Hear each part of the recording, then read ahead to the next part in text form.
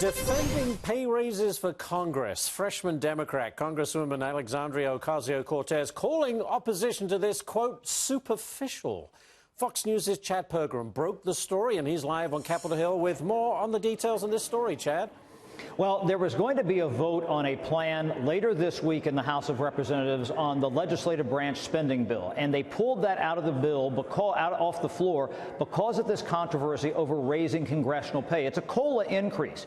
Keep in mind that members of Congress, going back to 1989, have gotten a COLA increase, 2.4%. It's part of federal law. But since 2009, what has happened is they have foregone that. They thought it was a bad optic. They thought it was a problem. Plus, they were under sequestration, these mandatory spending cuts, so they didn't go along with that. Well, this year in the legislative branch spending bill, they put in a provision to say, let's go ahead. We haven't raised congressional pay in years. They get $174,000. Let's forge ahead. That created a firestorm among freshmen, particularly Democratic freshmen, and they pulled that out of the bill.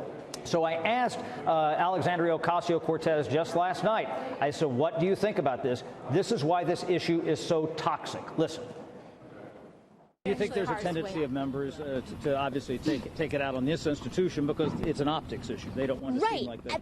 And that's my issue, is that it's superficial and it'll look good on its surface, but it will, every cost of living adjustment that gets bypassed is voting to increase the pressure to exploit loopholes and legal loopholes to kind of lean on other ways to enrich oneself through service. Now I'm going to read you a statement here from Steny Hoyer, the House Majority Leader. He said, quote, "We don't want only rich people here. We want this to be the people's house." And this is the concern. If you don't pay members of Congress adequately and you don't pay staff adequately, you're not going to get the best people. And to Hoyer's point, you're only going to have rich people here on Capitol Hill, Ashley.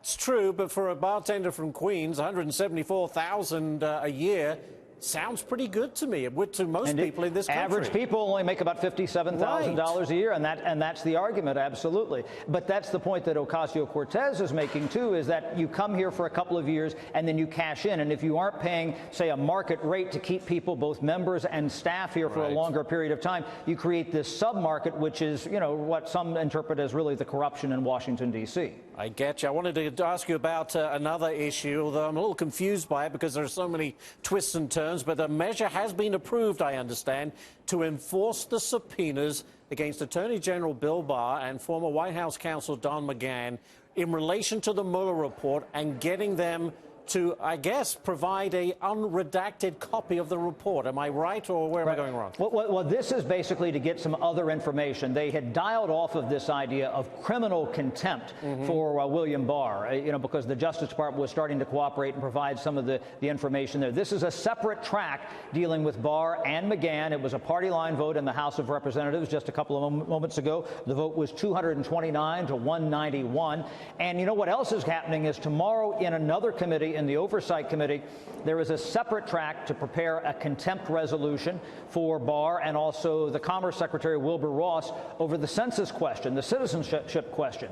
So, you know, there's multiple tracks here on Capitol Hill pursuing this, and this is where some people are saying, are they holding people in contempt? Are they not? Are they trying to impeach? Are they not? You know, this resolution does not even mention contempt by name, and that's why there's some back and forth as to whether it's contempt. You know, when I spoke with sources last week, they certainly called it contempt. Then you had Republicans saying, well, Democrats are trying to call it, or trying to make it contempt without it being contempt, and now Democrats are fully calling it contempt. This is similar, though, to what they did with Harriet Miers, who was the Bush White House counsel, and also the White House Chief of Staff, Josh Bolten, who were in fact held in contempt of Congress in 2008. Thank goodness we have Chad Pergram on Capitol Hill to interpret It's confusing. all of this. It's another language. Anyway, Chad, thank you so much. Thank you, Ashley. Thank you.